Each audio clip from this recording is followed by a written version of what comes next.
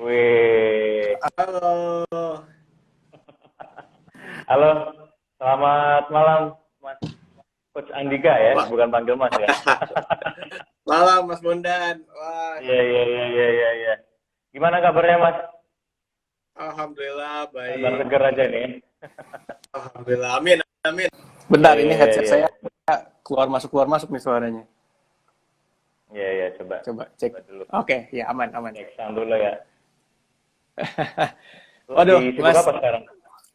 eh Ya gitu aja. Saya nih fansnya Mas Bondan. Saya Oh, senang sama buku laku kerasnya. Kita iya, iya, begitu iya, itu.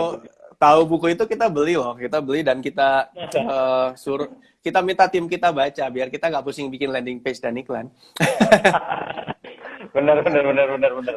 Iya, iya, iya, iya, iya. Legend lah ini, Iya, iya. legend dunia periklanan online. Saya satu kehormatan nih bisa live bareng Mas Bondan, Iya, asli. iya, iya. Iya, iya, alhamdulillah, alhamdulillah. Dan saya juga tahu Mas Andika dulu nulis buku line marketing ya, Mas ya. Wah, it's a long time ago. Iya, itu long time ago. Lainnya udah nggak ada. Masih ada tapi udah nggak ini ya. Ya, Udah nggak jadi gurih. eh, jadi teman-teman, Coach Andika ini sudah malang melintang ya, legend juga. Jadi super legend. Kalau ada di atasnya legend apa ya? Super legend kali ya. Sama masalah kalau ngomong Kalah. legend itu kayak legend itu kayak udah nggak berkarya gitu kesannya. Tapi kalau Ya. Coach Andika ini masih masih terus berkarya. Jadi dulu nulis zaman-zamannya Line itu nulis Line marketing dan viral bestseller. Kayak tim saya juga waktu itu ya, Mas Angga itu juga bawa buku itu kemana-mana ya, jadi bantal tidur. Pokoknya dipraktekin dan jualannya kenceng banget. Jualannya kenceng banget, thank you. Terus Andika bukunya Thank you, Mas Bondan. punya bermanfaat. Terus sekarang habis itu ini ya, sejuta pengusaha juga ya Mas ya? Ya, bicara soal buku, insya Allah dalam waktu 1-2 bulan ke Nah, depan kita launching buku lagi. Sebelum nah ditanya ya, ini. jadi saya bahas duluan. Nah ini bukunya tentang apa nanti ya? Buku berikutnya ini tentang apa ini? Bukunya tentang sebenarnya lebih ke non technical. Jadi saya Non belajar technical. bahwa buku yang technical itu dia cepat bagus, naik bang, cepat naik ya istilahnya, banyak cepat naik dan orang orang rela beli dan praktekkan isinya. Cuma kalau misalkan technicalnya kayak Line gitu ya, kayak misalkan kita bahasnya WhatsApp, Line atau sesuatu yang memang sifatnya platform, itu kan BBM cepat berubah. Ya ya. BBM apalagi itu kan cepat sekali berubah, Facebook, sehingga si buku itu tidak tidak akan bertahan 5-10 tahun gitu. Tapi kalau yang non teknis yang sifatnya lebih ke fundamental lah, mindset ya, terus Hmm. terutama kita sekarang buku yang kedua ini lebih fokus buat bantu yang baru ya, baru masuk dunia online. Itu juga dipicu oleh pandemik yang terjadi ini. Kan Oke. semua orang sebenarnya udah going digital ya, semua orang udah menuju era digital, udah ke arah sana, tapi pandemi ini kan seolah-olah yang tadinya orang mungkin baru 2-3 tahun lagi benar-benar digital, sekarang dipaksa ya sekarang juga untuk mau semuanya online. Gitu ya, tukang sayur aja sampai belajar, sampai jualan online kan, tukang sayur di pasar. Iya, Mama saya udah nggak ke betul. pasar kan, jadi mereka belinya di online.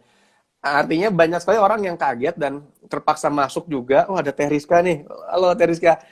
Terpaksa masuk juga dan mereka pas kaget itu mereka perpindahannya kan jomplang banget ya dari biasa offline terus harus online. Jadi kami menyiapkan sebuah buku di mana buku ini jadi panduan dasar untuk orang yang baru mau masuk dunia online gitu. Ini untuk yang belum pernah buka bisnis selalu bisnis online atau sudah pernah bisnis offline and then going online. Dua-duanya sih ya, dua-duanya. Dua-duanya. Emang salah Dua-duanya. satu mindset yang dibenerin apa sih? Salah satunya. Ya, ada hal teknis sedikit di situ dibahas. Ada hal yang non teknis kayak misalkan Hmm. mental, ya mental mental bisnis online kan beda. Ya terus yang kedua eh, kemauan kita untuk belajar, kita ngedorong orang dengan baca buku itu jadi juga mau belajar terus. Terus ada juga hal teknis tentang sedikit beriklan di situ dibahas, tapi tidak ke teknisnya, lebih ke mindset beriklannya kayak gitu lah. Jadi sehingga Oke. orang nanti begitu mereka masuk dunia online terus memutus suatu beriklan, mereka juga udah siap. Oh iya, saya udah harus siap rugi dan lain-lain, ada rasio dan lain-lain lah. Dikenalin kata bos dari awal. Jadi nanti nggak kaget. Iya, iya, iya. Iya, iya. Coach Andika, kalau sekarang kan udah apa ya, udah punya nama lah ya, udah banyak gerakan, ada mulai jualan juga ya, mulai jualan.com itu kayak platform jualan gitu ya Mas? Iya. Iya. Nah, Sebentar ya. Ini saya ganti colokannya dulu. oke, siap. Oke. Oke, udah. Ya. Kalau kan sambil pamer apel keroak ya. Ini apa? Colokannya cuma satu ya. Apakah Coach Andika itu dari zaman sekolahnya dulu, kuliahnya itu emang sudah suka jualan, suka nulis atau gimana? Karena kalau sekarang kan yang udah ya sudah berhasil gitu, udah mapan. Tapi dulunya itu gimana? Karena banyak sekali pendengarnya kita malam hari ini tuh mahasiswa gitu. Jadi they need your insight gitu. Kira-kira bisa di-share nggak dulu waktu kuliah atau sekolah itu apakah hobi jualan atau gimana? Saya kenal dunia bisnis itu tahun 2006. Itu saya masih kelas 3 SMA. Ya, itu kelas 3 SMA. Masih pakai putih abu ya. Nggak tahu di sini ada anak SMA ya. 2006 masih SD, Mas? Serius? Ada anak kelas 10 nih, ada anak kelas 10 hadir. Ada anak kelas 10. Waduh. Kelas 10 hadir. Ya, waktu itu saya kelas 12. Nah, saya kelas 12.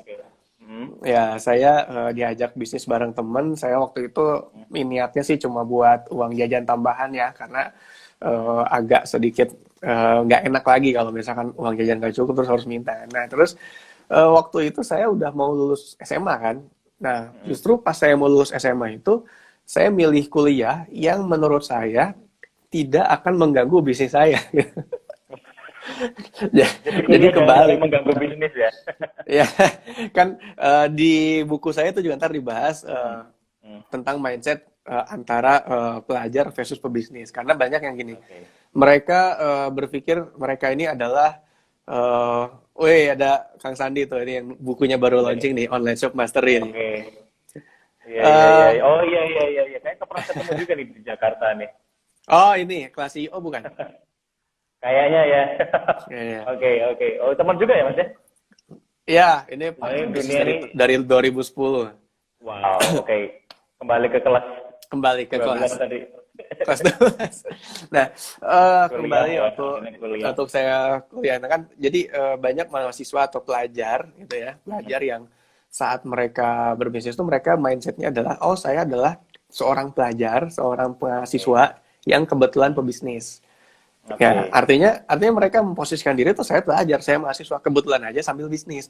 Nah, berarti kan pola pikirnya tetap basicnya pelajar, mahasiswa, yang dimana kalau ngerjain tugas akhir-akhir, nyontek lah dan lain-lain. Ya nyonteknya sih nggak apa-apa, tapi akhir-akhirnya itu kan, kenapa nggak nyontek lebih awal? Mereka tuh punya mindset ya kayak gitulah, pelajar, mahasiswa kita tahu. Nah, tapi kalau misalkan saya waktu itu saya punya mentor, waktu itu banyak mentor saya, salah satu yang sekarang berkolaborasi dengan dimulai jualan ya di Sejuta Pengusaha adalah Coach Ijab kan. Waktu itu kita udah diajarin beda antara pelajar yang punya mindset pelajar kebetulan mahasiswa sama yang pengusaha, pelajar atau mahasiswa kebetulan pengusaha, atau pengusaha yang kebetulan masih pelajar, atau pengusaha yang kebetulan masih mahasiswa. Nah, saya memilih untuk punya mindset, saya pengusaha, kebetulan aja masih pelajar. Jadi begitu saya milih kuliah, ya saya cari yang tidak mengganggu usaha saya. Sampai waktu kuliah itu, di kampus saya, di Telkom waktu itu manajemen, itu saya boleh ngatur jadwal kuliah dari pagi sampai siang. Jadi saya bisa pilih jadwal kuliah itu saya padatkan. Kan kalau zaman kuliah dulu, kita biasanya terima jadwal loncat-loncat ya. Kadang masuk pagi, ada siang lagi. Tapi karena saya tidak ngekos, saya rumahnya jauh dari kampus, jadi saya kan bolak-balik nggak mungkin, nggak ngekos juga. Jadi saya atur jadwal saya, pagi masuk kuliah, siang selesai kuliah, sisanya siang sampai malam itu saya ngurus bisnis. Dan itu resikonya saya harus pindah-pindah kelas. Dan saya hadepin itu. Meskipun teman saya harus beda terus tiap mata kuliah, saya ngadepin itu. Kenapa? Karena saya diajarin mindsetnya harus sebagai pengusaha. Kayak gitu, bukan sebagai mahasiswa. Gitu. Iya. And then, apa aja bisnisnya waktu itu? Jualan makanan? Waktu itu, macam-macam ya, dari jualan produk herbal, jualan produk kecantikan, jualan keripik, sempat juga jualan kedai susu ya. Alhamdulillah 2 bulan aja udah sukses tuh kedai susu ya, sukses ditutup. Ya, hanya orang yang pernah membuka bisnis yang bisa menutup bisnis itu, Mas. Iya. Ada yang nggak buka bisnis tapi bisa nutup bisnis juga ada. Gimana Dia caranya? nutup bisnisnya orang lain. Ya, dia nutup bisnisnya orang lain. Bisa juga, bisa. Ya. Berarti waktu kuliah itu siang gitu langsung jualan herbal, jualan kedai susu gitu ya? Ya, waktu itu 2010, 2011 tuh inget zaman keripik nggak? Ya, zaman keripik. Iya. Itu saya jualan keripik di bagasi mobil gitu, pinggir jalan Dago itu saya lakuin. Karena waktu itu kan happening banget ya, jualan keripik tuh bisa kaya lah. Saya ngeliat orang jualan keripik bisa beli mobil mewah, bisa beli mobil sport. Oke, kita jualan keripik pinggir jalan. Ternyata nggak semudah itu. Tidak seindah screenshot Masta ya. Iya. Begitu zaman Twitter Tapi dulu apa sih ingat ya. yang membuat Coach Andika itu terjun ke dunia bisnis itu karena orang tua juga pebisnis atau karena kepepet atau karena kayak oh ya emang banyak baca buku gitu ya, banyak baca buku tentang pengusaha atau gimana? Selain karena karena ya. pengen, ya. Justru saya gini, justru saya banyak baca buku, banyak ikut seminar, banyak ikut workshop. Sorry ya, ini tadi nggak enak. Iya.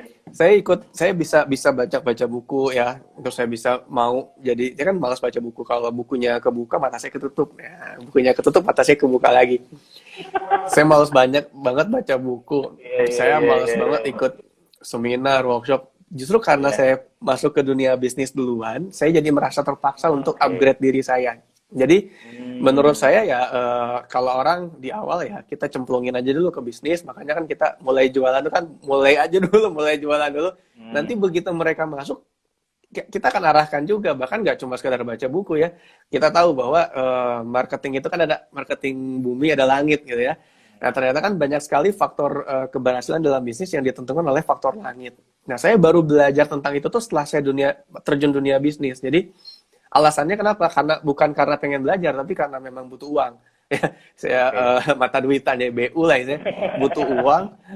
Jadi ya nggak nyari yang lain, tapi alhamdulillah pas saya masuk ke dunia bisnis, saya punya komunitas dan mentor-mentor yang tepat lah ya, yang mengarahkan saya untuk ke arah yang lebih baik gitu, bukan bisnisnya kan bisa ada jalur kiri jalur kanan ya.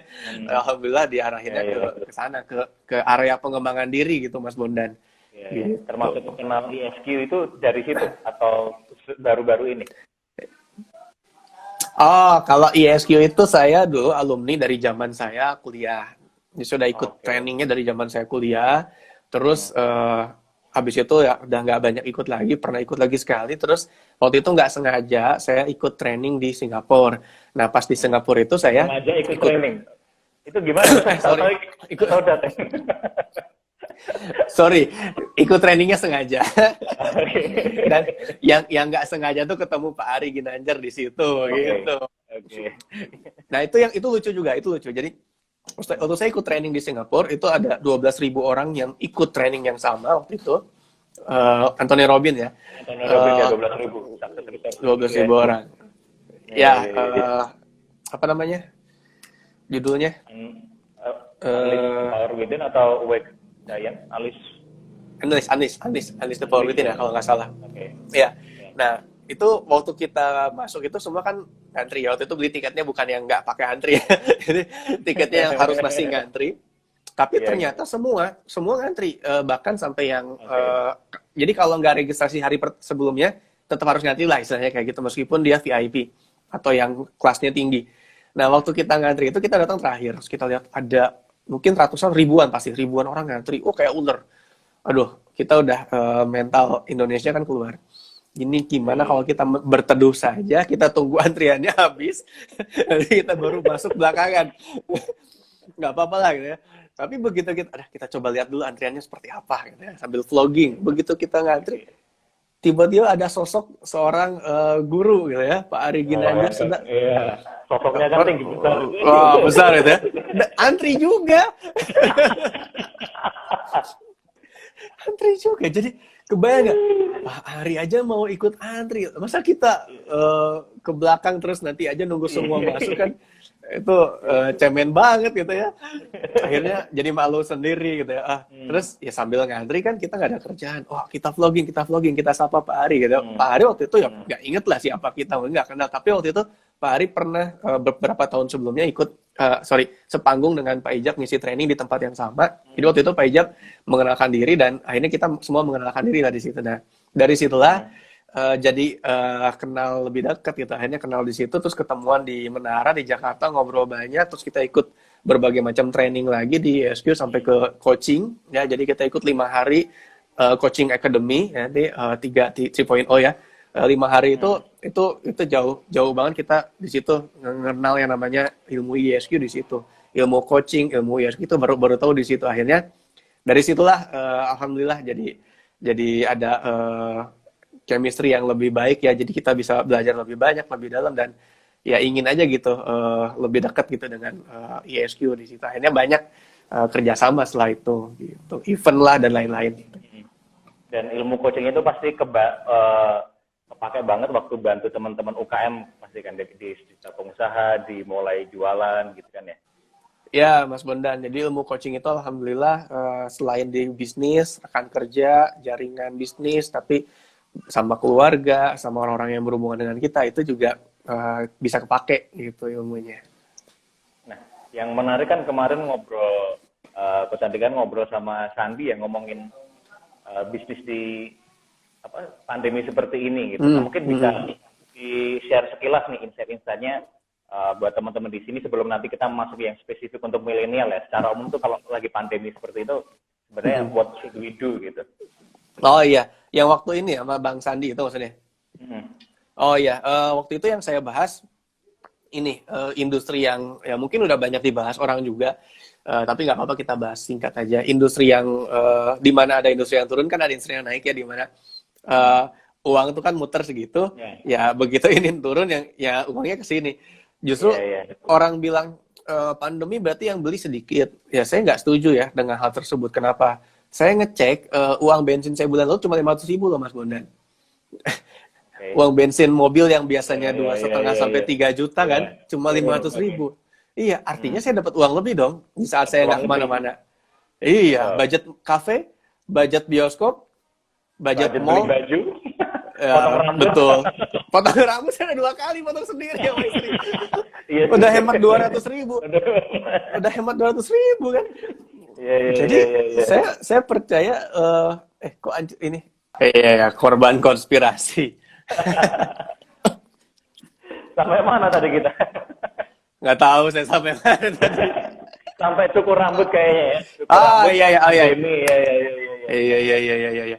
Iya Mas Bondan. Jadi orang bilang daya beli menurun, saya nggak setuju karena faktanya yang jualan online omsetnya malah naik. Bahkan tadi pagi saya diskusi dengan kawan saya yang bisnisnya penerbitan dan percetakan ya.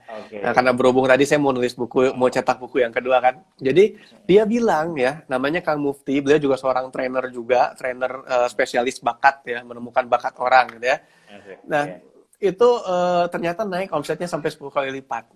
Karena orang nulis buku pas lagi diam di rumah gitu. Jadi bingung ya. Jadi apa? Iya, artinya bahkan industri yang berkembang banyak. Gitu. Iya. Jadi apa ya? Kita nggak bisa serta merta ngejat. Semuanya bakal sepi, daya beli turun nggak ya? Cuman bergeser ya. Selalu ada yang marketnya itu cuman pindah gitu ya. Nah, setuju saya. Ngomongin peluang bisnis yang berpindah itu, kita mulai masuk ke peluang bisnis yang cocok untuk anak-anak muda nih. Kan ini sesuai goalnya Coach Andika untuk bikin pengusaha dan udah bikin platform mulai jualan. Mungkin bisa share ke kita apa sih step-step yang perlu kita lakuin gitu, atau bisnis apa yang lagi booming nih sekarang sampai mungkin setahun 2 tahun lagi gitu, mungkin bisa di-share. Ya Mas Bondan, jadi saya kan saya punya 2 pilihan ya, artinya ada yang kita sebut orientasinya ke produk atau orientasinya ke market. Jadi kita mau fokus kemana nih, mau ke produk yang kita punya atau ke market. Saya udah pernah gagal mencoba idealis gitu ya, artinya kalau market kecantikan pasti bagus. Kalau saya bikin produk kecantikan insya Allah akan laku dan lain-lain. Akhirnya 400 juta melayang gitu. Kenapa? Karena kita idealis di produk tapi kita nggak nyiapin market gitu Oke. lah. Jadi tetap Iya, iya. aja kejebak di lubang itu sangat-sangat memungkinkan gitu kan. Karena kita tidak nyiapin marketnya dulu Jadi ini gitu. mumpung bahas itu ada pertanyaan masuk nih Hmm. dari Andika Ferdian. Kalau udah ada Hmm. bisnis dan marketnya shifting, itu kita bertahan atau ikutan shifting juga? Nah, itu pas banget tadi ya. Jadi menurut saya di era sekarang ini ya kita mau nggak mau harus sedikit lebih fleksibel, bahkan bukan sedikit, banyak fleksibel. Konveksi terbukti kan banyak yang banting setir jadi produksi masker dan lain-lain, bahkan ada yang produksi APD dan lain-lain. Kenapa? Karena memang sejatinya bisnis itu paling mudah. Saya sering bilang sama kawan-kawan, saya nggak tahu ini benar atau enggak, tapi kalau menurut saya ya, bisnis itu kan sederhananya kita menemukan market, kita menemukan orang yang butuh. Di saat kita ketemu orang yang butuh sesuatu, kita punya solusi buat mereka, disitulah terjadi transaksi jual beli. Jadi saya bingung kalau misalkan masih ada orang yang susah menghasilkan uang dari jualan karena mereka fokusnya ke produknya dijual ke siapa gitu. Mereka fokusnya ini Oke. produk, nah ini produk nih, saya jual ke siapa Hmm. ya gitu kan. Ya, ya, Jadi ya, mereka ya. fokusnya salah, ya. Fokusnya ya mikirin si produknya dijual ke siapa. Tapi kalau kita mikirin siapa yang butuh sesuatu, kan di sekitar kita pasti semuanya ada orang-orang yang butuh kebutuhan. Ada orang hidup pasti dia punya kebutuhan kan. Meskipun di level-level yang berbeda, mungkin kebutuhan menengah ke bawah berbeda, menengah ke atas beda. Mungkin kayak kebutuhannya menengah ke atas atau orang-orang yang duitnya berlebih, kebutuhannya hiburan di rumah. Mereka butuh PS5. Nah kan ya lagi rame itu ya di kamuflasekan jadi air Coding ya. purifier. Nah, mereka butuh hal seperti itu. Nah, kalau kita ngelihat ada kebutuhan gitu ya, misalkan tadi yang beli sayur, akhirnya saya punya temen yang akhirnya jadi jualan sayur. Ada banyak yang jualan sayur secara online dan mereka pun tidak selalu yang punya pasarnya. Mereka tidak selalu yang Hmm. punya kebunnya. Mereka itu menghubungkan supplier juga dengan konsumen. Itu mereka kan hebat. Mereka fokus bukan produknya dijual apa, tapi market butuh apa, saya cariin butuh produknya gitu. Jadi mulai jualan pun konsepnya seperti itu. Kita nggak harus punya produk, tapi kita lihat market butuh apa, kita cari suppliernya, kita menghubungkan antara customer, supplier dengan affiliate. Gitu. Seperti itulah. Itu yang dilakukan Abdurrahman bin Auf ya sebenarnya kan, dia waktu pindah hijrah itu kan dia tunjukkan ke pasar, dan di pasar dia nggak langsung jualan kan, dia mengamati dulu ini seperti apa, aliran uangnya gimana, sebenarnya butuhnya apa, hingga akhirnya dia mengeluarkan produk-produk, ada unta, ada macam-macam yang memang dibutuhkan. Jadi emang mengamati perilaku pasar dulu gitu ya. Nah, Ya, setuju, perilaku setuju, pasar setuju. sekarang ini seperti apa sih sebenarnya kalau menurut Coach Andika itu? Apakah lagi suka makanan-makanan yang lucu-lucu? Apakah lagi menghemat atau malah lagi pengen spending ya karena bosen di rumah aja, atau gimana kalau perilaku pasar sekarang? Iya. Kalau baca perilaku market, saya bukan orang yang sangat-sangat expert di riset dan ini ya. Kita banyak belajar dari Pak Yusuf Hadi ya kalau untuk hal tersebut. Jadi kita lihat kan beliau ngeluarin 30 kalau nggak salah ya, 30 hal yang akan berubah atau kan bahkan akan trending di era after pandemi ini. Bahkan sekarang sudah mulai new normal. Nah, ya senormal-normalnya new normal tetap aja nggak normal kan gitu ya. Ada hal yang berubah. Jadi saya ngelihat kalau marketnya berubah tentu banyak banget yang berubah. Kalau kita jelasin sekian puluh perubahan juga banyak sekali ya, dan kayaknya itu akan lebih relevan dan akan lebih capable yang ngejelasin bukan saya tapi Pak Yusuf Hadi. Tapi kalau menurut saya industrinya aja yang paling saya highlight ya, industrinya adalah industri dua. Industri pertama industri kesehatan yang udah pasti karena orang sekarang mau nggak mau ya mungkin corona itu udah sesuatu yang diterima oleh orang ada, dan ya mereka bersiap diri kan, pertama protection dari virusnya, yang kedua protection di dalam diri. Nah, berarti industri protection atau health itu yang akan sangat-sangat luar biasa. Makanya salah satu produk-produk kita juga di situ kan. Kita jual masker kain, kita jual hand sanitizer yang kelas premium, kita juga jual produk kesehatannya kan gitu kayak madu gitu ya. Kenapa? Karena emang orang nyari itu. Dulu orang nggak terlalu aware akan itu, sekarang sangat-sangat peduli akan hal tersebut. Bahkan salah satu klien kami, tahu ya, Bang Taki Malik, itu omsetnya malah naik di saat pandemi, karena orang jadi beli saffron. gitu kan. Nah, Oke. ya Safran itu dijual dengan sistem affiliate yang kami manage juga. Jadi saya ngelihat memang orang kaya tetap kaya banyak gitu ya. Iya, Nah, iya, iya, justru iya, iya. yang saya highlight adalah industrinya. Industri pertama kesehatan, protection, dan yang kedua industri hiburan. Orang itu kan tetap Hiburan ya, butuh oke. hiburan. Ya, budget ke playgroundnya anaknya nggak keluar, budget bioskop nggak keluar, budget bensin nggak keluar, budget keluar kota ke Bali nggak keluar tuh tiket pesawat. Itu duit udah berontak itu harus keluar gitu kan. Nah, akhirnya berubah jadi Iya, iya, iya. sepeda. Bener nggak sepeda? Mas Bonan main sepeda nggak? Iya, iya, iya, iya, iya, sepeda. Sepeda Bener, bener, lipat bener. tiba-tiba orang Sepeda lipat. ngantri kan? Iya, jadi ada meme-nya kan. Teman-teman punya motor, kita nabung biar bisa beli motor. Akhirnya teman-teman beli mobil. Kita nabung lagi biar bisa beli mobil. Malah teman-teman sekarang mainan sepeda. Nah, ini ada pertanyaan bagus dari ini langsung Q&A nggak apa-apa ya kita Iya, iya, iya, iya. dari Madoni mana lu cara cari pasarnya gimana gitu ya kalau online kan kita harus punya relasi dengan orang-orang kaya ini mungkin riset riset online gitu ya untuk cari yang target market yang mungkin punya punya uang itu gimana gitu cara Riset orang online. yang punya uang.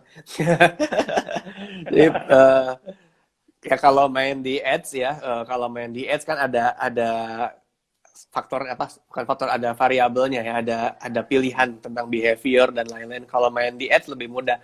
Tapi kalau main di non Facebook ads sama Instagram ads paling mudah gini, bedakan dulu platformnya. Nah, kenapa Instagram ini seksi gitu ya? Kenapa Instagram ini sangat-sangat penting untuk kita kuasai dan kita main di Instagram karena itu tadi salah satunya. Kalau kita pengen menyasar market yang punya uang menengah ke atas, ya kemarin Kang Sandi juga bawakan di sebuah webinar, saya setuju banget isinya.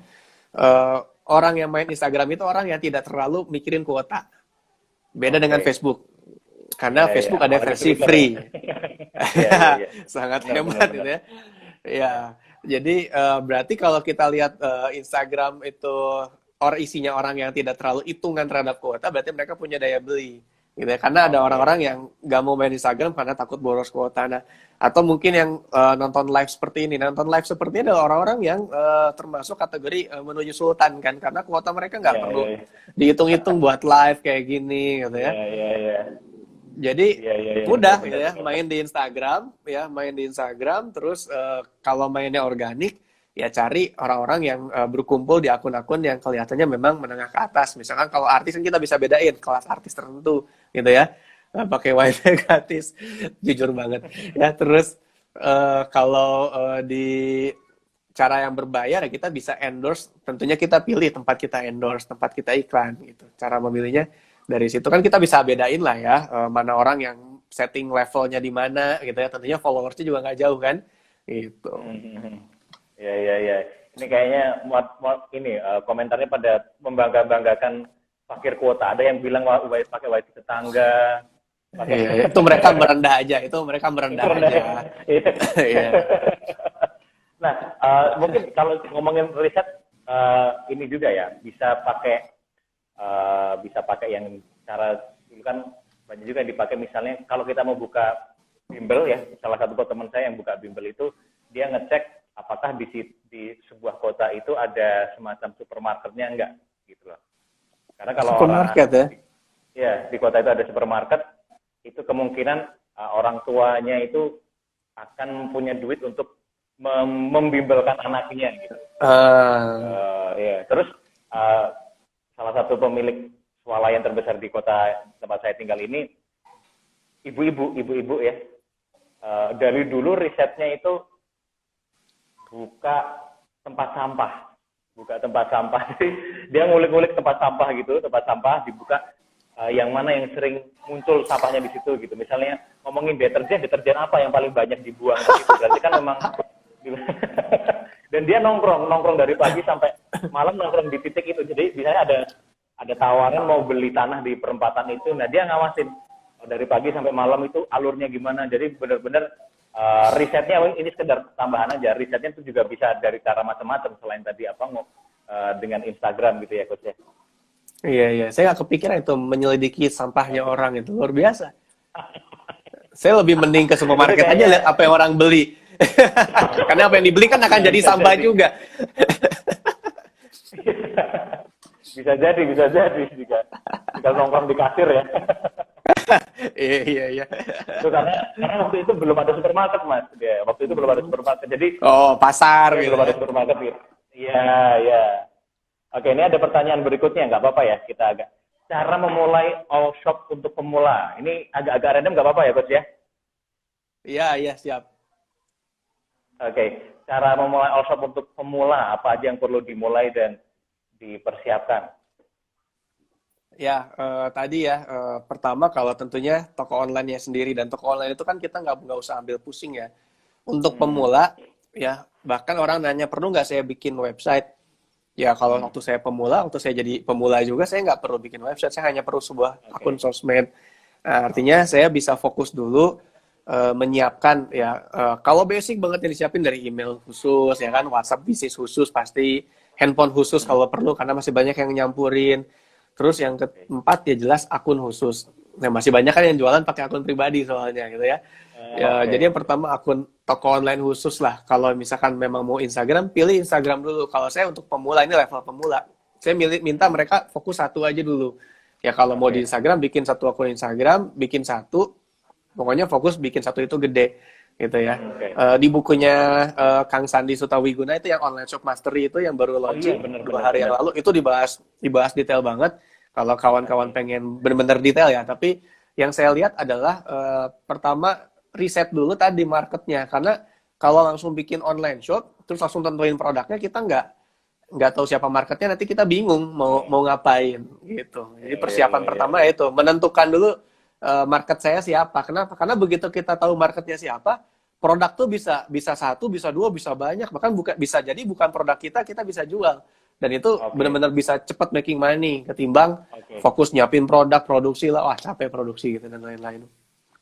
Oke, jadi oke itu kurang lebih kayak gitu ya. Survei survei pasarnya dulu, siapin akun-akun khususnya gitu-gitu. Nah, pertanyaan Iya. berikutnya ini mungkin agak-agak sesi Q&A dulu deh. Eh udah tertarik dengan produk kita, setelah dikasih harga malah ntar ya pikir-pikir dulu. Nah, Wih, itu ada guru saya, Kang Dewa. oh iya iya iya iya iya. Waduh, Masya Allah. Iya iya iya. Ini kita bukan masa ya. Ini Namanya newbie. ini kalau bisa live bertiga kita add beliau nih masukin. Iya. Iya biar dia yang ngisi ya, kita dengerin aja. Iya, cuma saya nggak bisa bertiga ya. Iya iya iya iya. Oke. Oke, tadi pertanyaannya apa ya? Oh iya, pertanyaannya adalah kalau udah dikasih lihat harga malah jadi sudah tertarik, kasih lihat Oh harga, oke iya, pikir-pikir dulu gitu. Gimana itu? Ini iya, kayaknya ngomongin closing ya. iya. Itu baca buku laku keras lah, itu tahu jawabannya tadi.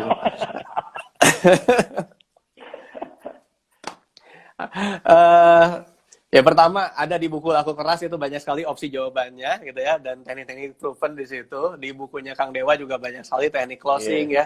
30 iya, hari jago jualan itu iya. buku kitab panduan saya itu. Eh, jadi kalau saya sih pertama ya bukan ke situ dulu tapi ke pemilik online shopnya dulu.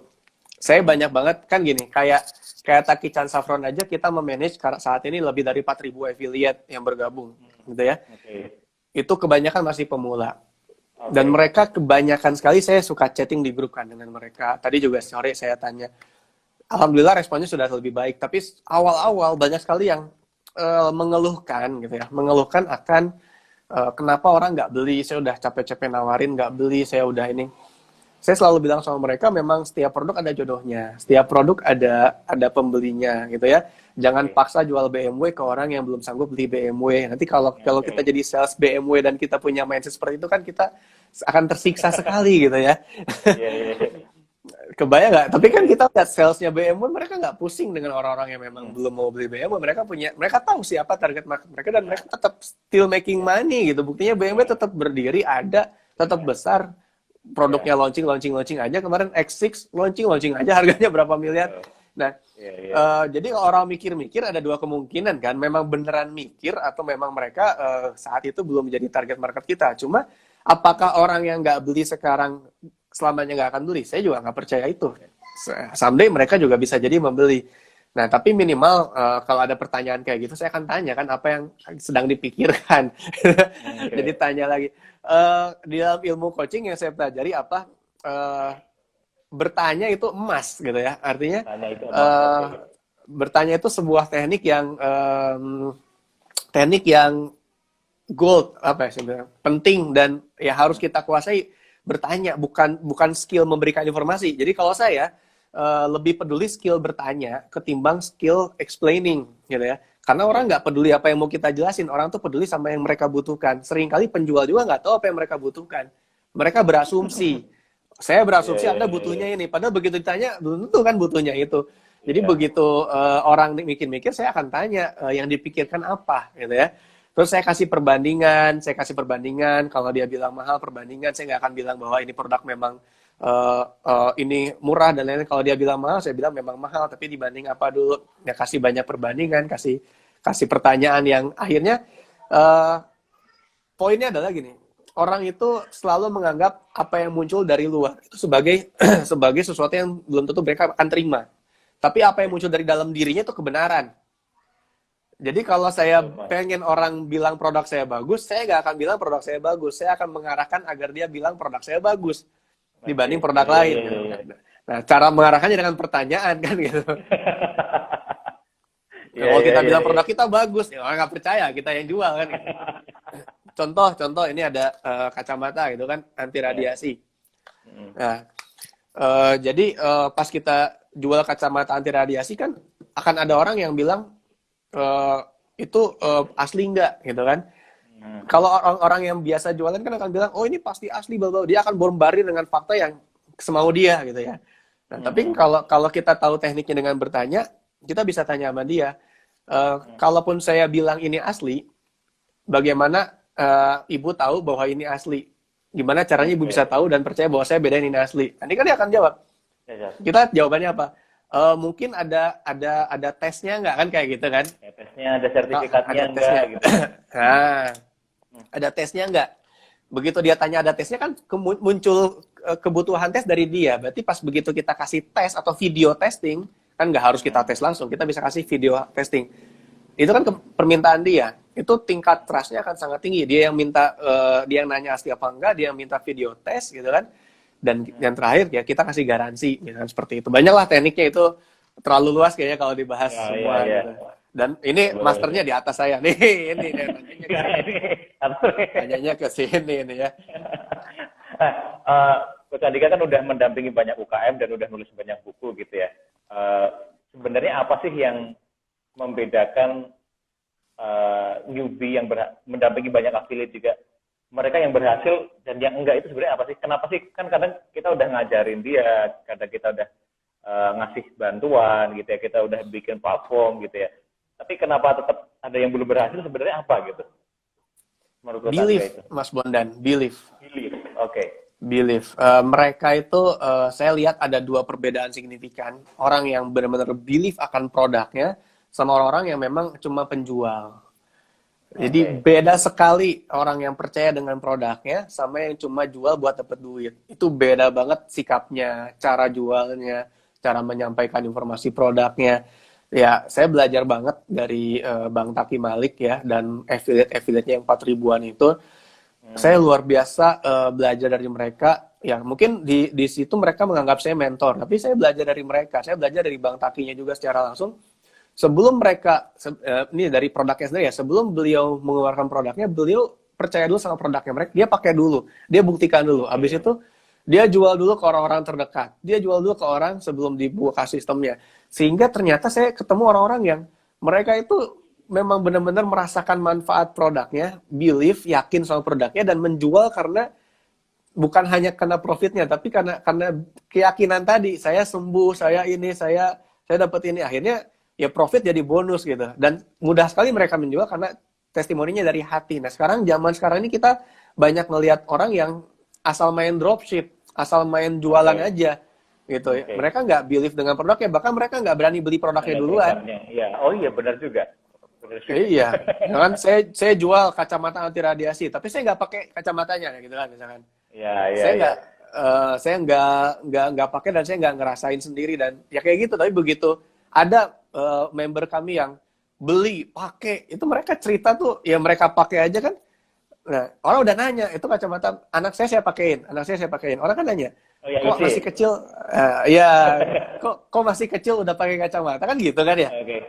Nah, Iya, iya, pertanyaan iya, itu kan iya. pertanyaan emas ya. Iya, Karena nanya iya, jadi iya, bisa iya. jawab kan. Bisa Oh, itu prospek bukan nih. kacamata minus, justru biar kagak minus matanya gara-gara liat Oke. big gadget dan lain-lain. Nah, jadinya kan Oke. karena pakai produk. Coba kalau nggak dipakai, nggak believe. Iya, iya. Iya, iya, iya. Wah, saya jadi pengen beli kacamatanya itu. Anak saya Ini juga kan lagi hobi gadget. belajar cover selling dari yang ini. Sama dari Kang Dewa tadi. Nggak apa-apa Nah, ya. itu kayaknya the Commodity. power, memang benar ya. Memang banyak reseller atau dropshipper atau affiliate apapun itu tuh yang berhasil tuh sebenarnya mereka tidak sadar terkena tulahnya the power of nyetok, ya kan? Karena kalau kita nyetok, satu, kita jadi pakai produknya, kita jadi believe, ya kan? Kita yakin, dan begitu kita ngomong itu, kita bisa mentransfer keyakinan itu gitu loh. Kan jadi kayak imannya itu bisa ditransfer gitu, energinya bisa ditransfer, karena Iya, kita nyetok sendiri. Yang kedua itu karena ya udah terlanjur nyetok. Udah iya. terlanjur nyetok. Mau pasti jadi mikir ini gimana nih, aku udah terlanjur nyetok, gimana biar jadi duit lagi nih. Mereka akan the power of kepepetnya jadi keluar. Jadi mungkin kurang lebih pembedanya itu ya, ada yang nggak berani action, ada yang berani gitu ya. Nah, kalau Coach Andika sendiri, kalau ditanya mungkin sama Ici gitu ya, ayah, kenapa sih ayah bisa berhasil sampai sekarang ini? 3 hal yang bikin ayah sukses itu apa? Gitu. Bakal bisa. Ya, kalau bicara berhasil, itu semua relatif ya. Saya masih menganggap semuanya masih dalam proses lah, masih on the way, masih jauh lah dari kata yang berhasil. Tapi ya saya bersyukur akan apa yang saya dapatkan saat ini, karena rezeki juga tidak selalu tentang uang ya, gitu ya.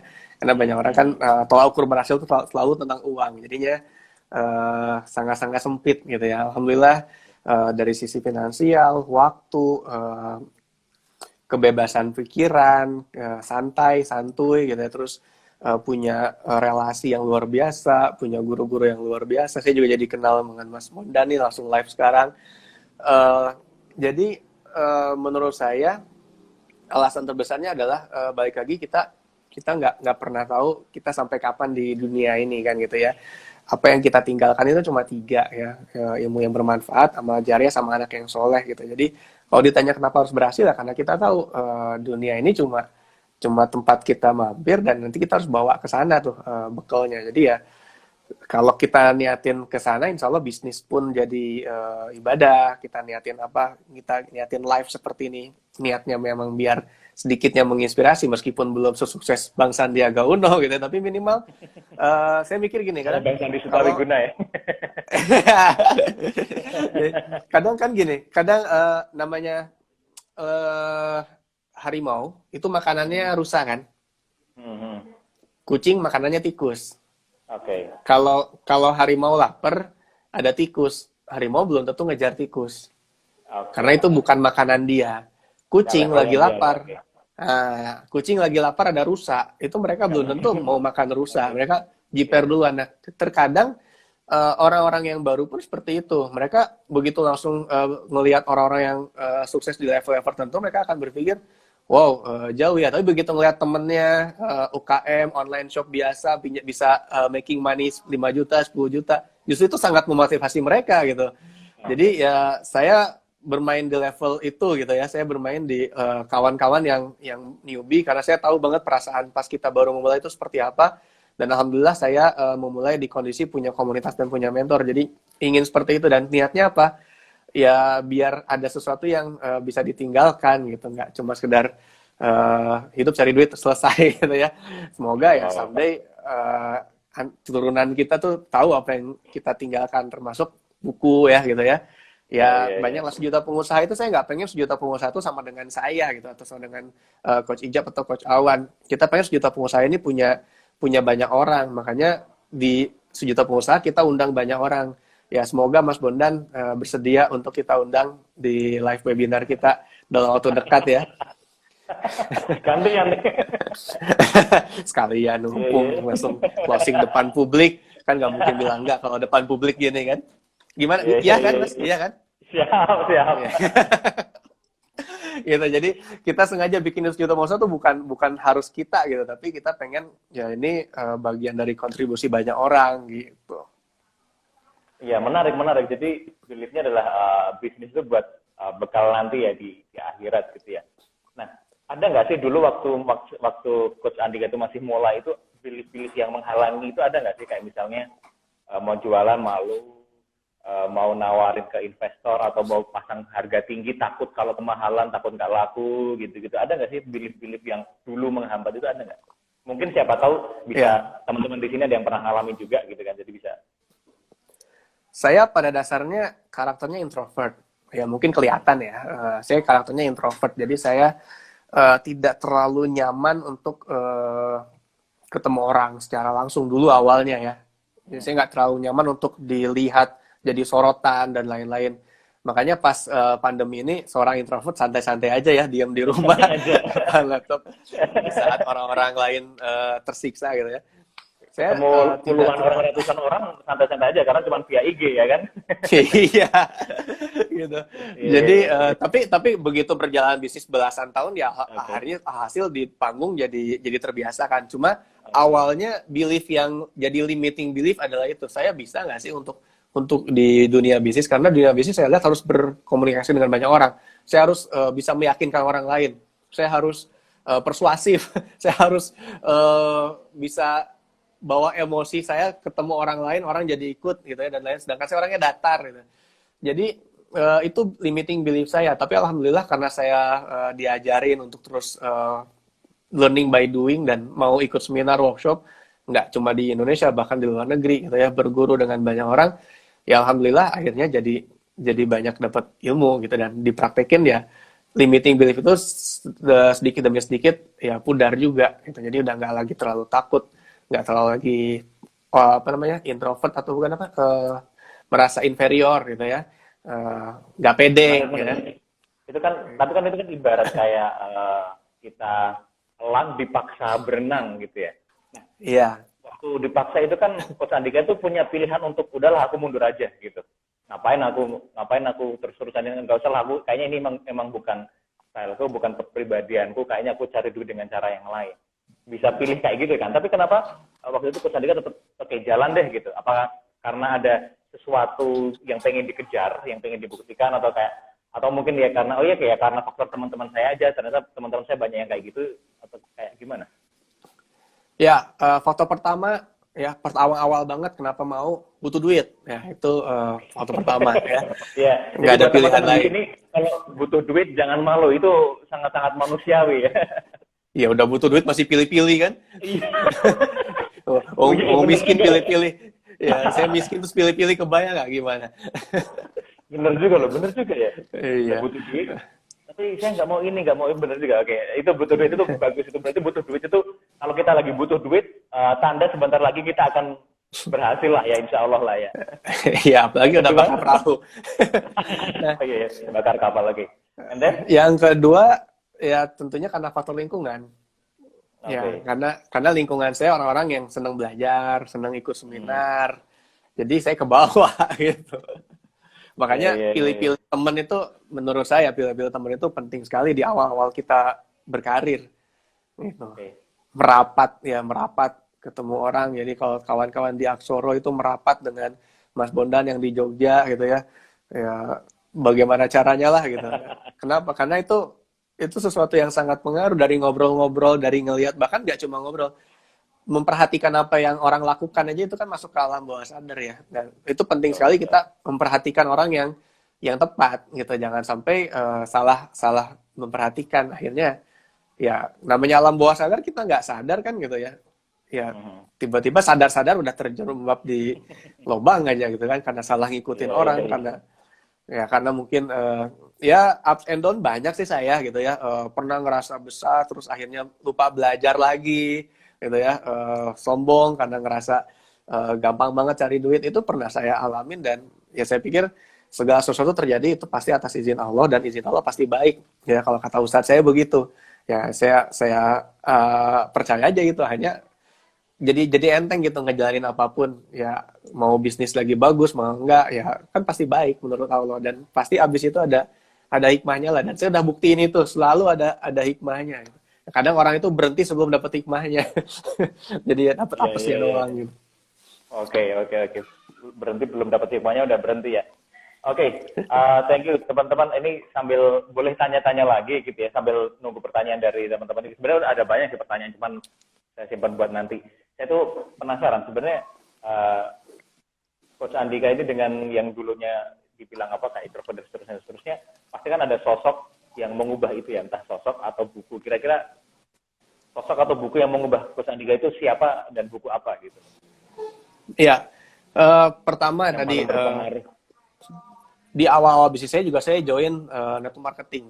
Saya join bisnis network marketing juga. Ya sampai sekarang juga masih aktif juga gitu ya. Selain bisnis konvensional saya yang lain. Mentor-mentor pertama saya adalah di bisnis network marketing gitu ya. Mungkin ada sebagian orang yang dalam tanda kutip sangat-sangat negatif nyinyir terhadap industri network marketing karena mereka bilang network marketing itu haram, network marketing itu yang enak yang di atas, yang di bawah tapi perah dan lain-lain. Saya belajar bisnis pertama kali di network marketing, gitu ya. Oke. Dan bedakan mana yang money game, mana yang network marketing, gitu ya. Bedakan mana yang benar, mana yang syariah, mana yang tidak syariah, gitu ya.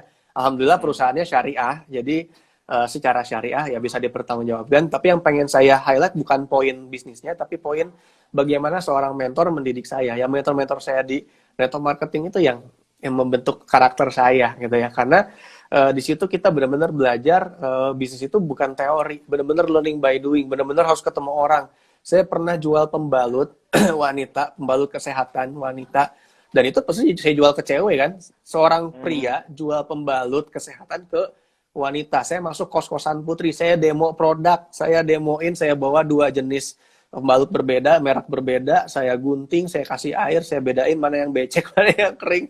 Terus saya bisa orang suruh orang beli gitu kan, itu kan pelajaran mental yang tidak bisa didapatkan dari ya, untungnya nggak pakai pemasangan kan ya, cuma jual aja, bahaya kan. Nah jadi mentor-mentor saya di bisnis itu yang memaksa saya untuk terjun di lapangan, itulah yang dari awal bikin saya jadi saya mulai bukan dari teori, saya mulai dari praktek di lapangan. Nah, sambil praktek itu kan ketemu banyak kendala, ketemu banyak masalah, ketemu banyak barrier. Nah, pas ketemu banyak kendala barrier kan akhirnya kita nyari dong solusinya apa. Akhirnya kita beli buku, kita ikut seminar, kita ikut workshop, sampai akhirnya saya belajar ke banyak tempat, dan ya bisnis saya pun alhamdulillah ya berkembang gitu ya, nambah gitu. Sampai sekarang yang paling baru kan mulai jualan.com itu. Ya banyak mentornya ya, ada namanya Pak Anggi, ada Pak Ijab, ada namanya Pak Jamal, banyak mentor-mentor saya yang sekarang bisnisnya bareng di mulai jualan. Salah satunya adalah Coach Ijab itu gitu. Mungkin nanti bisa diundang Coach Ijab ke Aksoro. Siap. Nah, ini tadi ada pertanyaan ya, mungkin dua pertanyaan terakhir ya, Pertanyaan pertama adalah bagaimana cara mengatasi kalau ada kompetitor yang jual barang di bawah harga pasar gitu ya, atau lebih murah daripada kita, gimana caranya biar customer itu tetap beli ke kita gitu, meskipun ada yang lebih murah. Oke, pertanyaan bagus ya, dari siapa tadi ya? Ada 2 cara menyikapinya ya. Pertama, ada calon customer yang memang harga adalah segalanya. Oke. Nah, untuk calon customer yang punya pikiran harga adalah segalanya, kita nggak bisa mengubah apa yang segalanya bagi dia, karena kaulah segalanya kan gitu. Jadi kita nggak bisa mengubah harga itu, ya udah. Emang dia cari murah, kita mau ngasih mahal nggak bisa, kecuali kita ngasih murah juga. Tapi saya percaya juga ada sebagian besar customer yang berpikir juga harga bukan segalanya. Ya saya kemarin beli router, WiFi extender. Bukan Saya PS5 beli ya? Belum. Oke. Tunggu Mas Bondan beli duluan, nanti saya minta testimoninya. Perizinannya susah, Mas. Yang kedua, Oke, terus. yang kedua bicara tentang harga itu kan satu faktor dari faktor yang lain. Jadi kemarin saya beli WiFi extender karena saya butuh mau live di suatu ruangan di rumah yang sinyalnya jelek banget, saya butuh extender gitu ya. Ya karena saya butuh cepat, saya butuh yang bisa diantar langsung, saya nggak lihat harga lagi. Dan saya cek di marketplace gitu ya. Ini bahkan marketplace yang tempatnya berdarah-darah ya. Saya tempat beli di situ, tapi saya nggak beli paling murah. Kenapa? Karena saya punya value lain yang saya cari, bukan cuma murahnya. Saya butuh cepat, saya butuh orang yang bisa nganterin sekarang, dan saya chat, dibalas cuma 2 menit. Ya nyampe 2 menit, dibalas chat saya. Gitu kan, berarti dia sedang aktif. Nah, artinya pas saya beli produk itu, saya dapat tidak hanya harga, bahkan harga nomor sekian. Karena terbukti itu lebih mahal. Tapi saya rela beli lebih mahal, karena saya dapat value yang lain. Artinya ya, kalau kita ketemu customer kayak gitu, kita punya value lain nggak selain harga itu? Garansi kah, quality service, bahkan respon time dan lain-lain gitu. Iya. Itu masalah akal. Jadi naikin value, terus menjual di tempat yang tepat ya. Ini menjawab banget pertanyaan yang terbaru ini dari Zulkifli Karbaso. Iya, dan pelajari itu. Ya. Hypno selling ya dan lain-lain di buku Laku Keras gitu ya. Marketing langit. Psycho hacking itu kan berhubungan dengan psycho hacking. Iya. Oke, sayang sekali ini sebenarnya kesempatannya masih pengen ngobrol banyak, cuman sayangnya waktunya terbatas banget. Kira-kira apa ya, closing statement-nya buat teman-teman yang baru mau mulai dan bocoran-bocoran bukunya ya kan, bukunya kan untuk mereka yang mau mulai bisnis online nih, itu kira-kira what should we do now, atau kesalahan apa yang harus dihindari, atau do and don'ts-nya itu apa, mungkin bisa di-share silakan. Ya, mungkin closing statement-nya banyak sekali pilihan closing statement, tapi untuk malam ini saya memilih dari sebuah riset, ternyata orang-orang di masa tua lebih banyak menyesali apa yang mereka tidak sempat lakukan dan tidak berani dilakukan di masa mudanya, ketimbang apa yang sudah mereka lakukan. Nah, artinya hidup adalah tentang mengambil resiko, tentang mencoba hal-hal baru. Jadi jangan sampai kita menyesal karena kita tidak pernah berani mencoba.